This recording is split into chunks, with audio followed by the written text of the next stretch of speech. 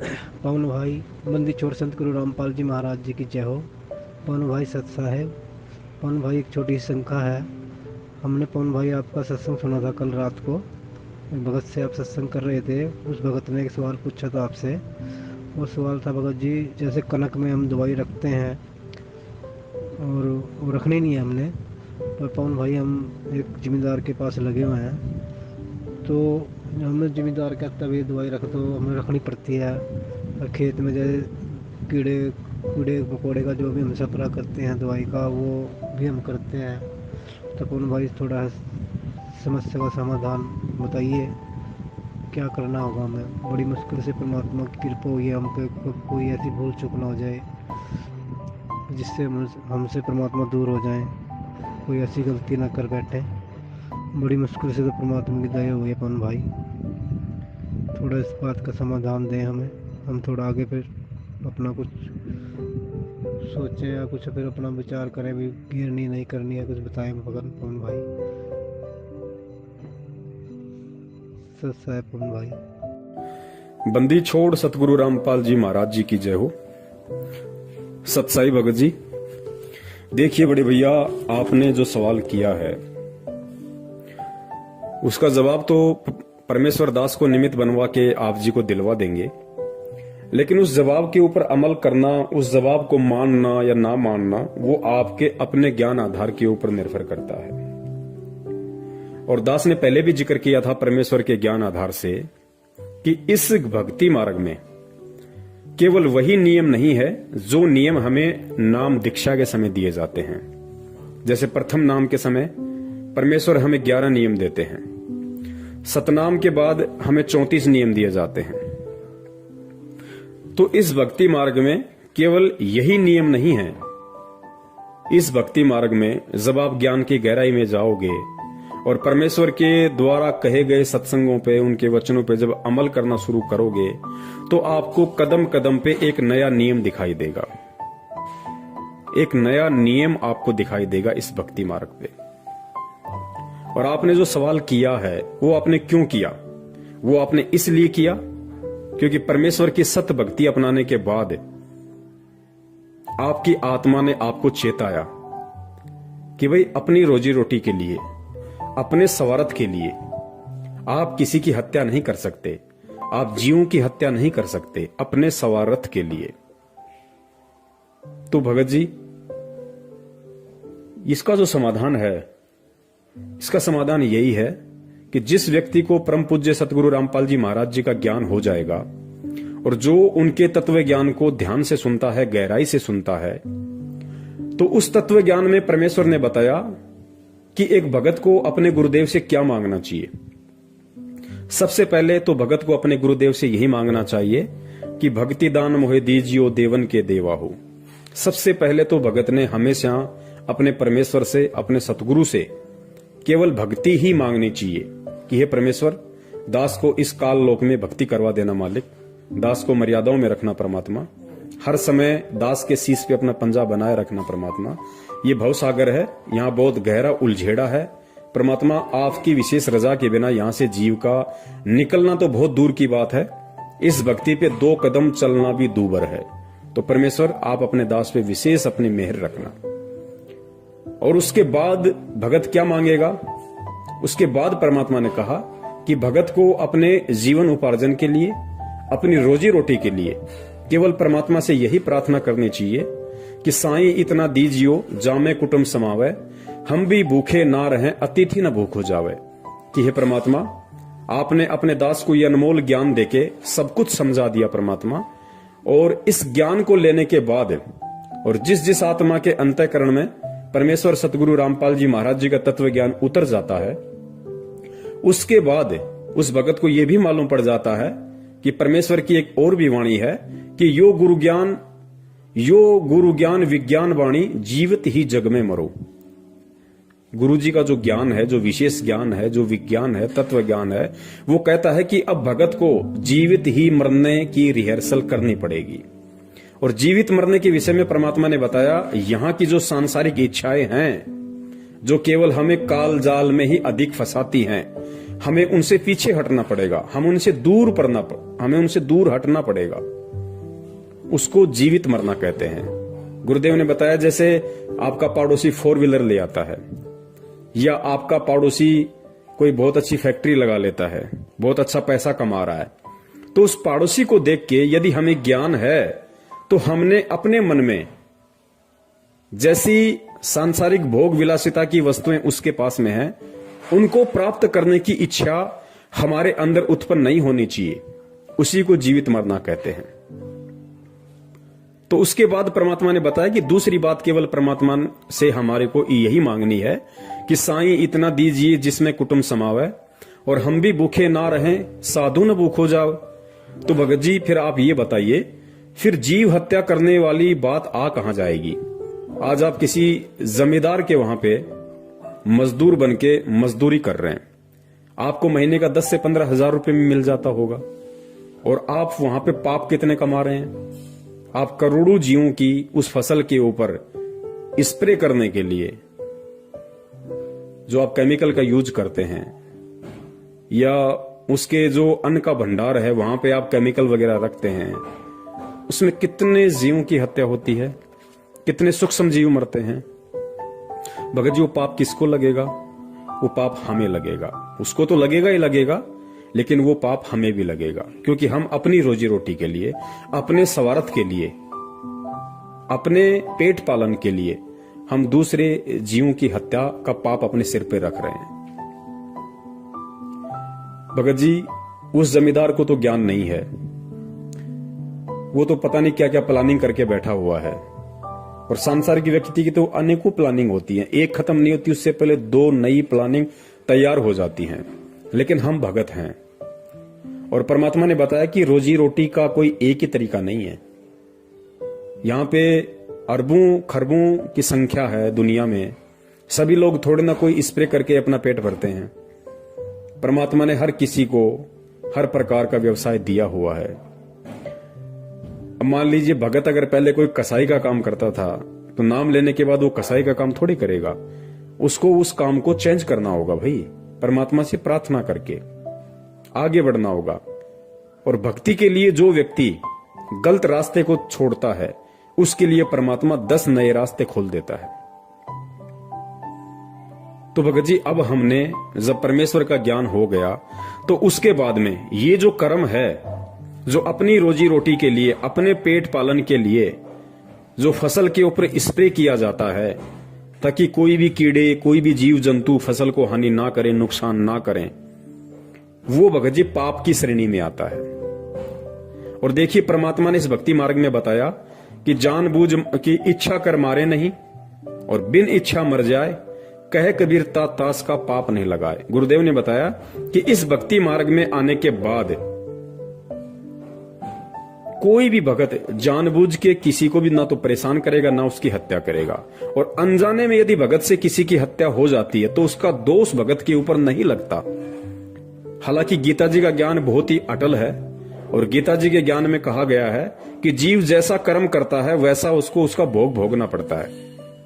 लेकिन परमेश्वर की भक्ति में आने के बाद थोड़ी सी परमात्मा हमें राहत दे देते हैं, क्योंकि हम भगत बन गए, परमेश्वर की सत भक्ति कर रहे हैं, सत मंत्रों का हम जाप कर रहे हैं। तो उसमें होता क्या है, गीता जी का जो विधान है वो सबके ऊपर समान रूप से लागू है।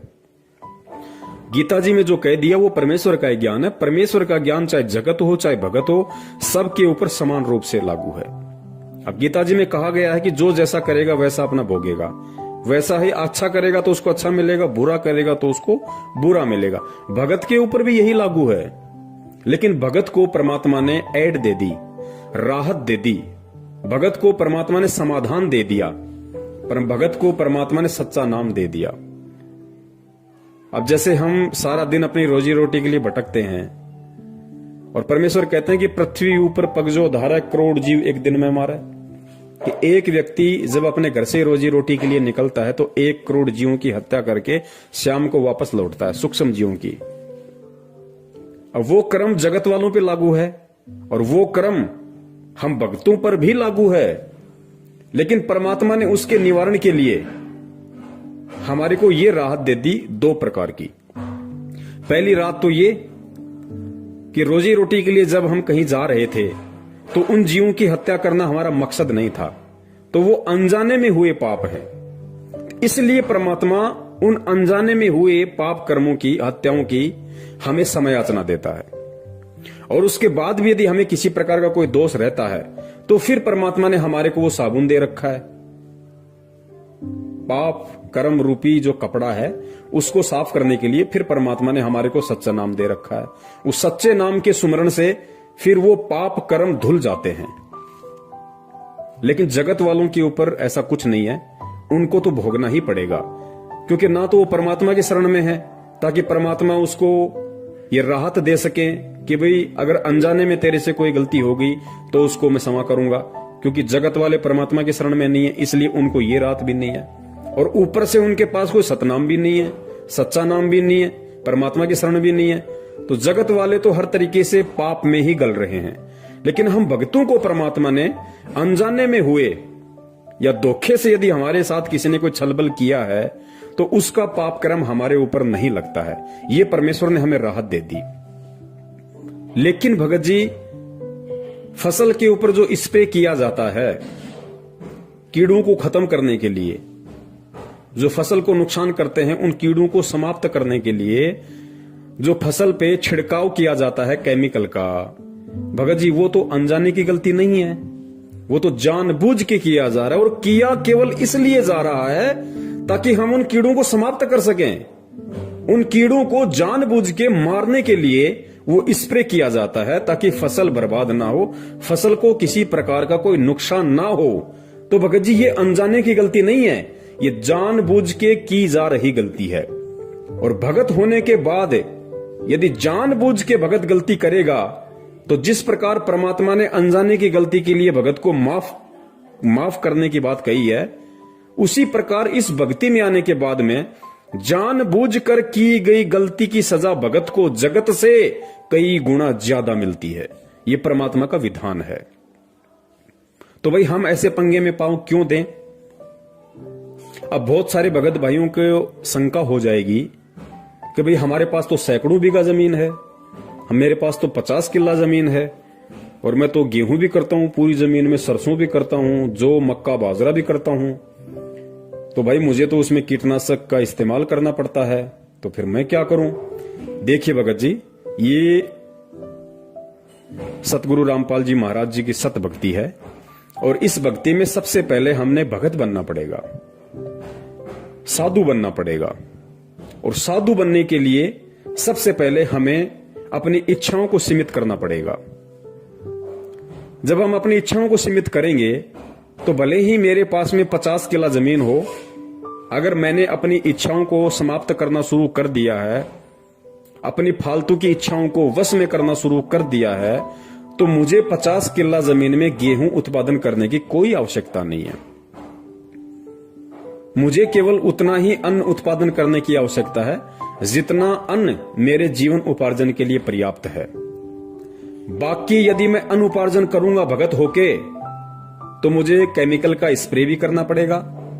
फिर जब वो फसल पैदा होगी, उस गेहूं जो बाजरे को भंडार घर में रखने के लिए, क्योंकि ज्यादा फसल का उत्पादन वही व्यक्ति करता है जिस व्यक्ति को फसल बेचनी होती है। और बहुत सारे जो बड़े बड़े जमींदार होते हैं वो साल भर के लिए स्टॉक कर लेते हैं, और स्टॉक करेंगे तो उनको जाहिर सी बात है, उनको पता है कि भाई इसमें ये फसल बर्बाद होने की आशंका ज्यादा है, उसमें कीड़े वगैरह लगने की आशंका ज्यादा है, तो फिर वो केमिकल वगैरह का उसमें छिड़काव कर देते हैं, स्प्रे कर देते हैं, या और बहुत सारी जैसे कोई एल्ड्रिंग वगैरह आती है उसमें एल्ड्रिंग वगैरह रख देते हैं। तो भगत जी, भगत होके अब हमने ये नहीं करना है, और जितनी हमारे को जीवन उपार्जन के लिए अन्न उत्पादन करना आवश्यक है, अब हमने केवल उतना ही अन्न उत्पादन करना है। भले ही मैं भगत हूं और मेरे पास में 50 किला जमीन है, और मेरा साल भर का काम यदि 5 किला जमीन के गेहूं से चल रहा है तो मुझे 5 किलो गेहूं जमीन में ही गेहूं उत्पादन करना है। बाकी आप किसी को बटाई पे दे सकते हो, हिस्से में दे सकते हो, हिस्सेदारी में दे सकते हो, ताकि वो भी बेचारा अपने परिवार का पेट पाल ले और उसका कुछ प्रतिशत आपको भी मिल जाए। और वो आप परमेश्वर के धर्म भंडारे में लगा दो, आप परमेश्वर को दान रूप में दे दो, तो आपके ऊपर भी भार नहीं रहेगा। और जितना आपको आवश्यक है उतना आपको परमात्मा उस 5 किले जमीन में दे देगा। वरना आप ज्यादा उत्पादन करोगे, ज्यादा उत्पादन करने के लिए फिर आपको सारी व्यवस्था करनी पड़ेगी, जो केवल हमें पाप का ही भागी बनाएगी। और दूसरी बात भगत जी, अब हम परमात्मा के भगत हैं, परमात्मा के बच्चे हैं, और अब भी यदि हम इन चीजों की इच्छा लेके यदि हम इस तरीके से संचय करेंगे तो भगत जी फिर हम कहीं ना कहीं हम परमात्मा की मर्यादाओं से दूर हैं। हम अभी भगवान को और भक्ति को नहीं समझ पाए हैं। वरना गुरुदेव ने कबीर सागर का सरलार्थ पेज नंबर 83, पेज नंबर 83 को आप ध्यान से पढ़ना भगत जी, क्योंकि ये कमी हमारी सत्संगों को ना सुनने की है।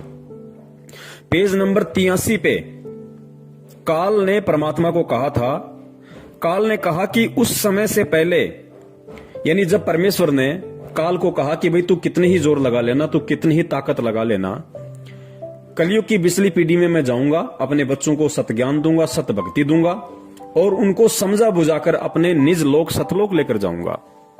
तो काल ने परमात्मा से फिर क्या कहा? काल ने कहा कि उस समय से पहले मैं पूरी पृथ्वी के ऊपर शास्त्र विधि त्याग कर मनमाना आचरण करवाकर शास्त्र विरुद्ध ज्ञान बताकर झूठे नाम तथा गलत साधना से अभ्यस्त कर दूंगा।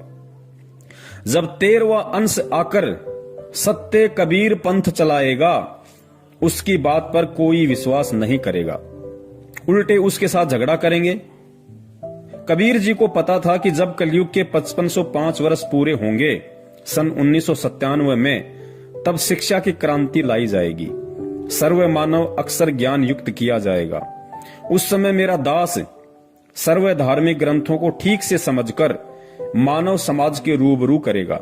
सर्व प्रमाणों को आंखों देखकर शिक्षित मानव सत्य से परिचित होकर तुरंत मेरे 13वें पंथ में दीक्षा लेगा और पूरा विश्व मेरे द्वारा बताई गई भक्ति विधि तथा तत्व ज्ञान को हृदय से स्वीकार करके भक्ति करेगा।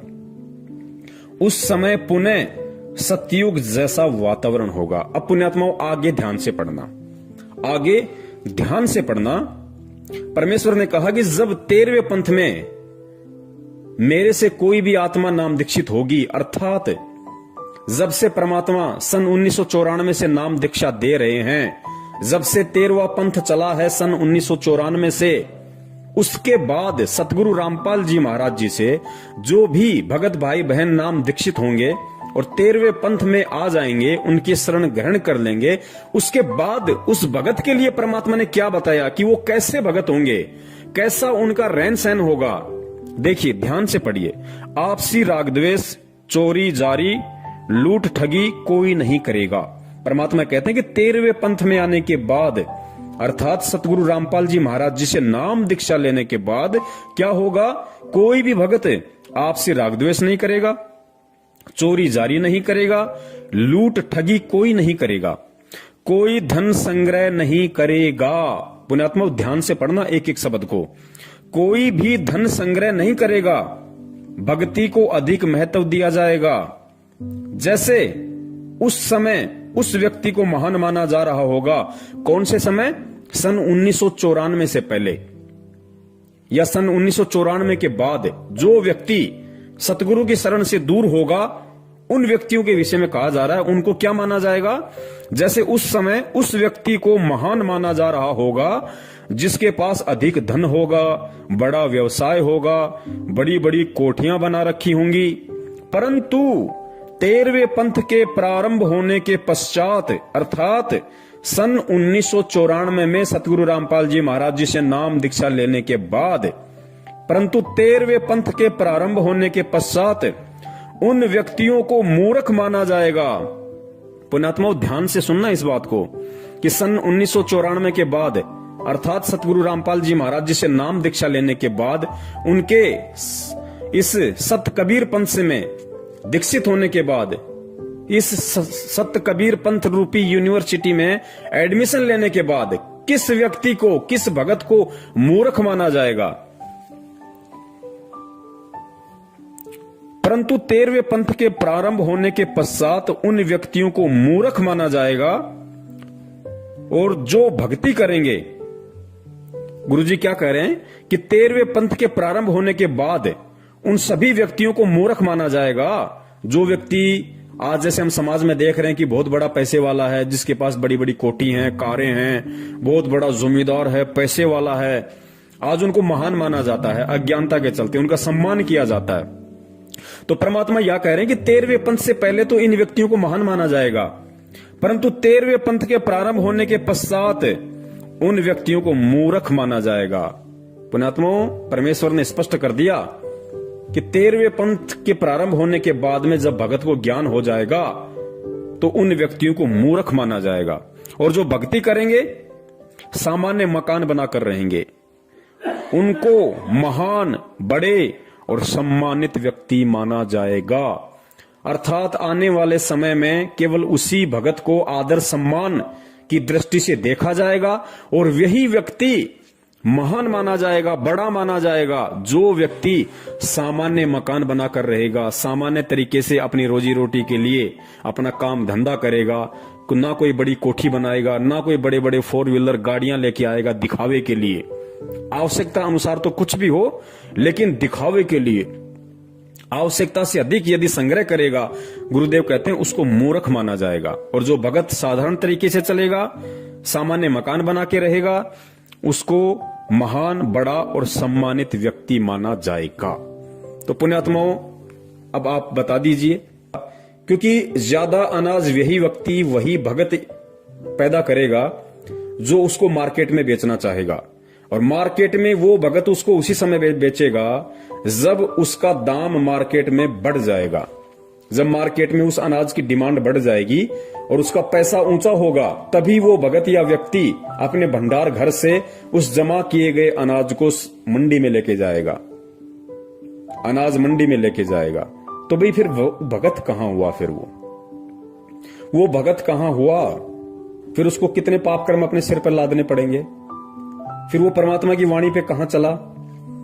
अगर वो भगत है तो उसको इतना जोड़ जुगाड़ करने की जरूरत ही नहीं, क्योंकि भगत तो परमात्मा से यही मांगेगा, और भगत के लिए परमात्मा ने यही बताया कि साईं इतना दीजियो जिसमें कुटुंब समावे, हम भी भूखे ना रहें साधु न भूखा जावे। तो 100 किल्ला जमीन में फिर उस भगत को अनाज पैदा करने की जरूरत कहां पड़ गई? फिर 100 किल्ला जमीन में अनाज पैदा करते समय उसको स्प्रे करने की जरूरत कहां पड़ गई? फिर उसको उस अनाज को भंडार घर में जमा करने की जरूरत कहां पड़ गई? फिर उसको ऊंचे दाम होने पे अनाज मंडी में बेचने की जरूरत कहां पड़ गई? और जब वो उस अनाज को बेचेगा, लाखों में जब पैसा उसके घर में आएगा, फिर उस पैसे का क्या करेगा? वो क्या करेगा? अरे रोजी रोटी के लिए तो उसको एक साल में 12 बोरी बहुत है, उसको 12 क्विंटल अनाज बहुत है उस व्यक्ति को। बाकी का अनाज उसने किस लिए पैदा किया? सिर्फ और सिर्फ पैसा कमाने के लिए, धन कमाने के लिए। वो धन जब उसके घर में आएगा, फिर वो क्या करेगा? वो फालतू के नाटक करेगा, देखा देखी गाड़ी लाएगा, एक कोठी उस लड़के को बना के देगा, एक कोठी दूसरे लड़के को बना के देगा। क्या करेगा वो? उसका कोई रिश्तेदार उससे उधार ले जाएगा 5-10 लाख रुपए, समय पे नहीं देगा तो फिर उसके टेंशन शुरू हो जाएगी, 2 साल तक नहीं दिए फिर झगड़ा शुरू हो जाएगा, फिर केस मुकदमा शुरू हो जाएगा। और परमेश्वर कहते हैं कि भाई नौका में पानी बढ़े और घर में बढ़ जा दाम, दोनों हाथ उलटियो यो ही शाणु काम।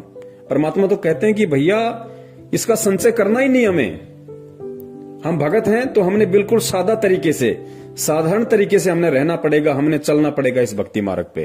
तो क्यों हम ये सिर पे अपना बोझ धरें? तो बड़े भाई, यदि आप किसी बड़े जमींदार के यहां पे काम कर रहे हैं, मजदूरी कर रहे हैं, तो आपको ये कोई अधिकार नहीं है कि आप अपनी रोजी रोटी के लिए और करोड़ों जीवों की स्प्रे करके हत्या करें। भगत जी, आपको विश्वास होना चाहिए, आप परमात्मा के भगत हैं, आप परमात्मा के बच्चे हैं, और अब आपको विश्वास हो जाना चाहिए कि जिस परमात्मा ने जन्म लेने से पहले मां के गर्भ में 9 महीने तक मुझे आहार खिलाया, मुझे अमी महारस खिलाया, वहां भी परमात्मा ने मेरा पेट पालन किया। और जैसे मां के गर्भ से बाहर आया तो परमात्मा ने जिन मां के स्तनों में दूध का टपका नहीं था, परमात्मा ने वो भी खोल दिए।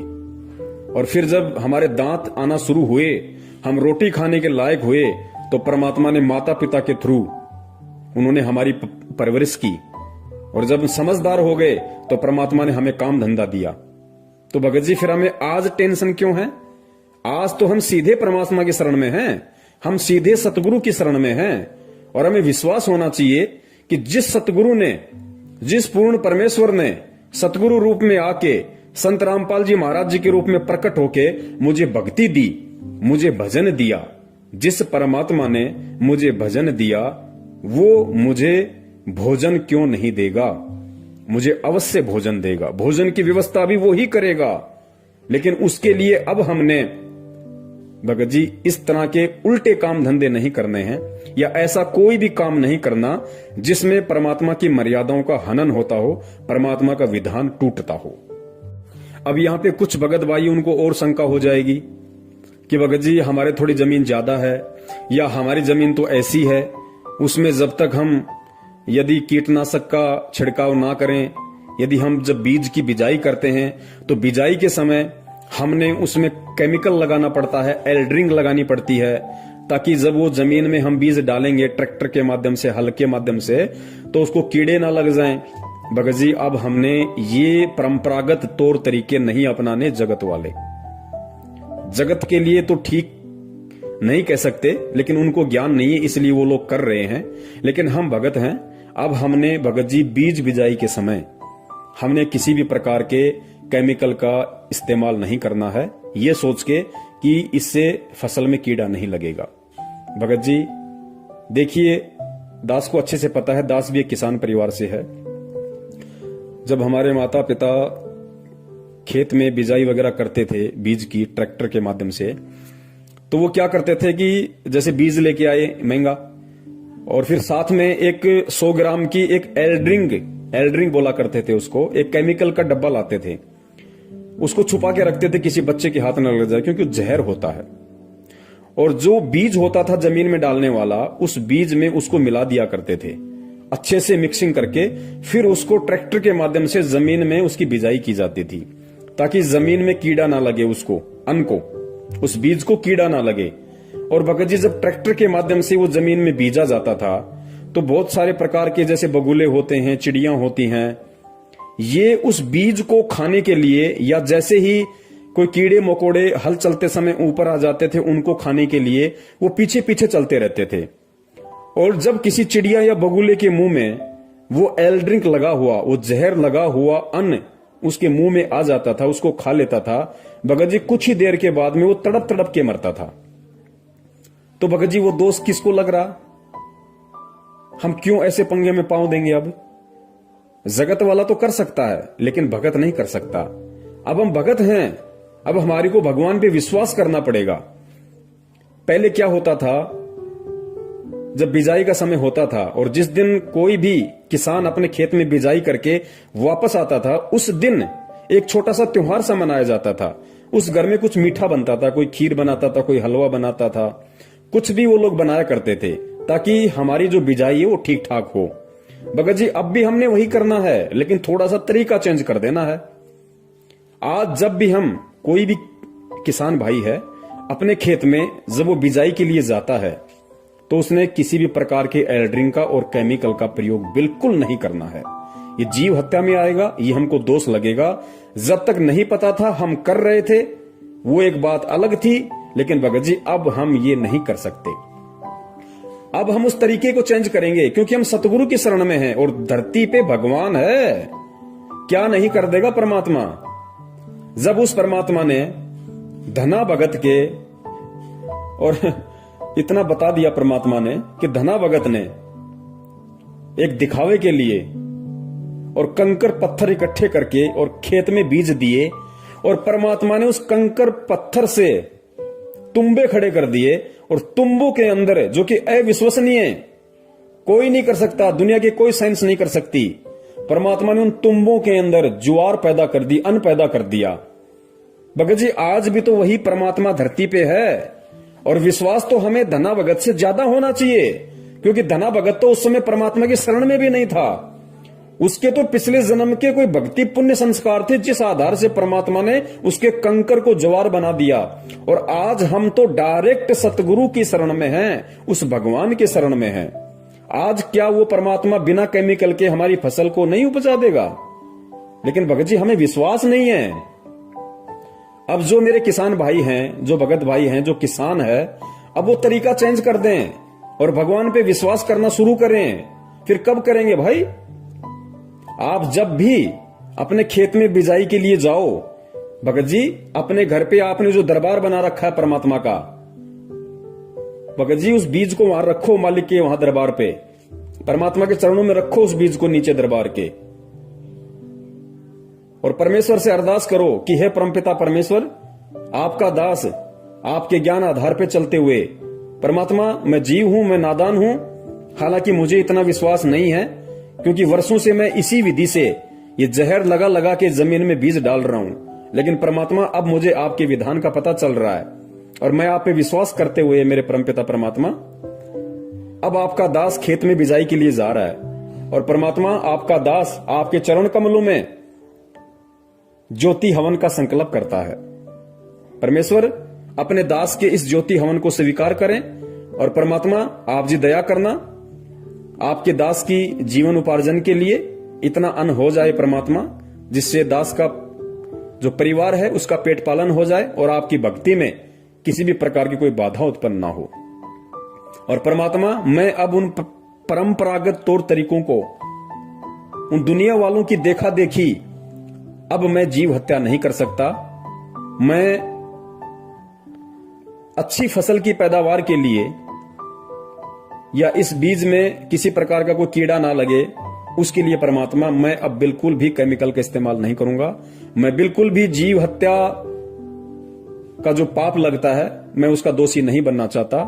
परमात्मा दास की ज्योति को स्वीकार करें और परमात्मा जैसी आपकी इच्छा होगी, आपका दास आपके भरोसे परमात्मा बीज बिजाई के लिए जा रहा है। पुण्यात्मा आप विश्वास तो करके देखो परमात्मा पे, धरती पे भगवान है और आप तो भगवान की शरण में हो डायरेक्ट। परमात्मा क्या से क्या नहीं कर देगा। जब बिना परमात्मा की शरण के धना भगत के कंकर को परमात्मा ने तुम्बा बना के ज्वार पैदा कर दी, तो क्या तुम्हारे खेत में परमात्मा कुछ नहीं कर देगा? लेकिन हमें धना भगत के उतना विश्वास नहीं है। और परमात्मा कहते हैं, कहे कबीर सुनो बे साधो, मैं तो हूं विश्वास में। तो पुण्यात्माओं हमने विश्वास करना पड़ेगा।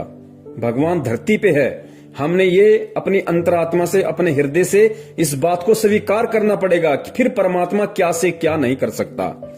परमात्मा कुछ भी कर देगा क्योंकि वो कुछ भी करने में समर्थ है। पुण्यात्माओं ये परिवार हमारा नहीं है।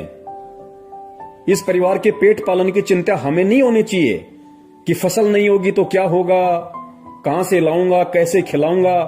पुण्यात्मा गुरुदेव ने बताया कि तुम एक मजदूर बनके इन बच्चों की देखभाल करो, सेवा करो। ये बच्चे मेरे हैं, ये मेरी आत्माएं हैं, ये तेरा बेटा बेटी नहीं है, ये मेरा बेटा बेटी और तू भी मेरा बेटा है। तू केवल मजदूरी कर एक सेवा के तौर पे, बाकी काम मेरा है।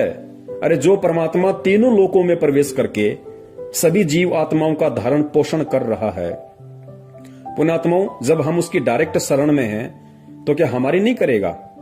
परमात्मा कहते हैं, पो पाटी पगड़ा भया और जागी जिया जून और सब काहू को देत है वो चौथ समाना चून। अरे हम तो इतनी मेहनत करके, इतनी हत्या का दोष अपने सिर पे रख के हम लोग खेत में बिजाई करने जाते हैं, इतनी मेहनत करते हैं, इतना सब कुछ करते हैं, देखभाल करते हैं, और खाते क्या है? 2 रोटी सुबह 2 रोटी शाम को। और वो हाथी, पुण्यात्मा विचार करो वो क्या करता है? उसने कब खेत में फसल बोई? और जितना एक आदमी 1 महीने में नहीं खाता होगा उतना तो हाथी 1 दिन में खा जाता है।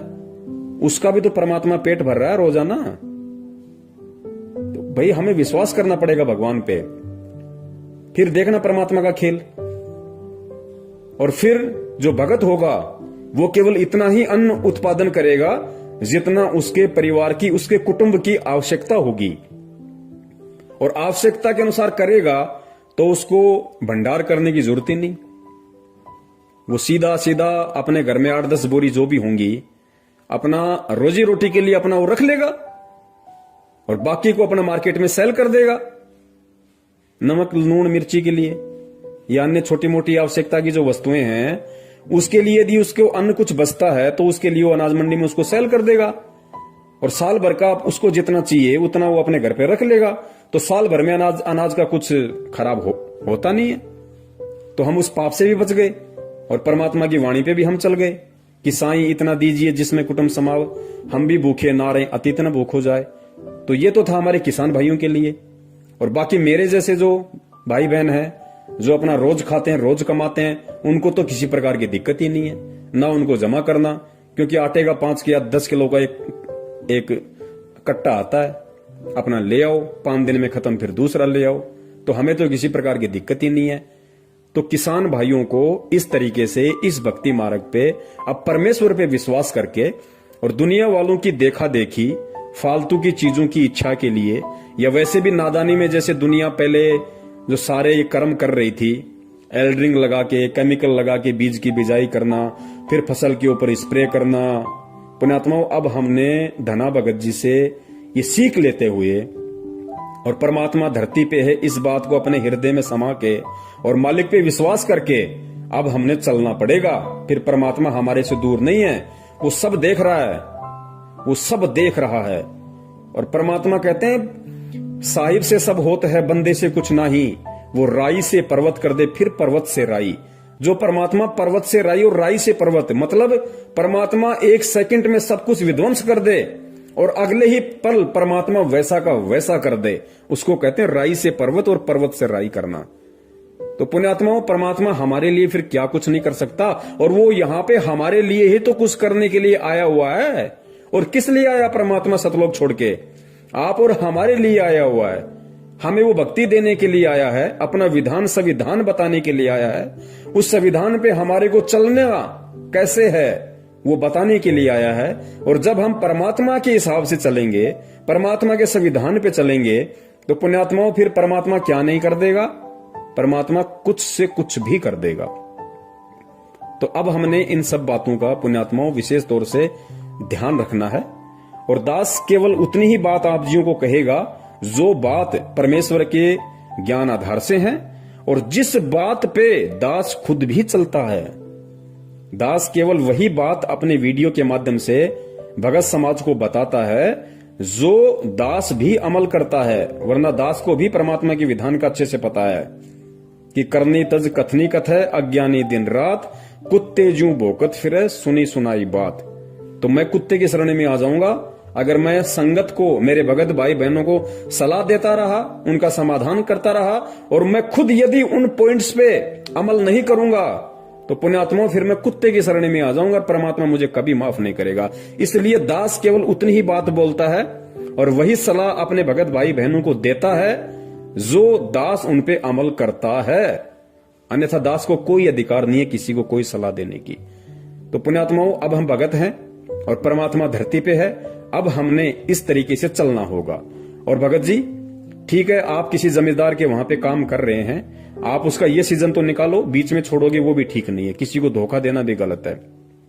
लेकिन आप जब तक वहां पे काम कर रहे हो और आपके सामने ऐसी नौबत है, तो भगत जी ये सीजन तो आपने उसका निकालना पड़ेगा। और परमात्मा से आप जी प्रार्थना कर करके जब भी आप अपना वो करो, स्प्रे वगैरह कुछ भी आपको करना पड़े, तो अपना जो भी परमेश्वर का आपको नाम मिला हुआ है, आप परमेश्वर के नाम के साथ में और मंगलाचरण के साथ में आप जी ने परमात्मा से प्रार्थना करते हुए, समय याचना करते हुए आपने अपना वो कर्म करना है कि परमात्मा जैसे तैसे करके इसका ये सीजन निकल जाए, उसके बाद ये अपने मैं अपने, और परमेश्वर मैं रोड पे ठेला लगा के अपना जीवन उपार्जन कर लूंगा, लेकिन इस पाप में पांव दोबारा नहीं दूंगा।